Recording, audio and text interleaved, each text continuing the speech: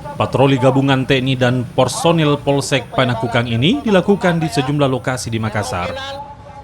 Sejumlah lokasi warga yang sedang berkumpul ditertibkan dan diminta untuk membubarkan diri. Lokasi-lokasi yang disasar adalah warung kopi dan minimarket yang kerap dijadikan tempat berkumpul.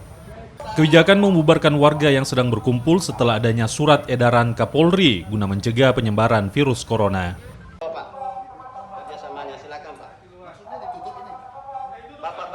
Polsek, Koramil, serta dari Pak Camat Panakukang melakukan himbauan dan sosialisasi kepada masyarakat, khususnya masyarakat Panakukang, sesuai dengan edaran dari Bapak Wali Kota serta dari maklumat Bapak Kapolri untuk menghindari berkumpul dalam rangka mencegah penyebaran virus corona atau COVID-19.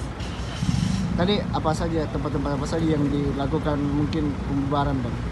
Jadi tadi kami dapati di beberapa tempat, salah satu tempat perbelanjaan dan ada beberapa tempat warkop yang khususnya di wilayah Makassar dan Panakukang ini sangat banyak. Kami berikan himbauan agar para pengunjung lebih bijak lagi dalam menyikapi dengan adanya musibah virus corona ini di Indonesia.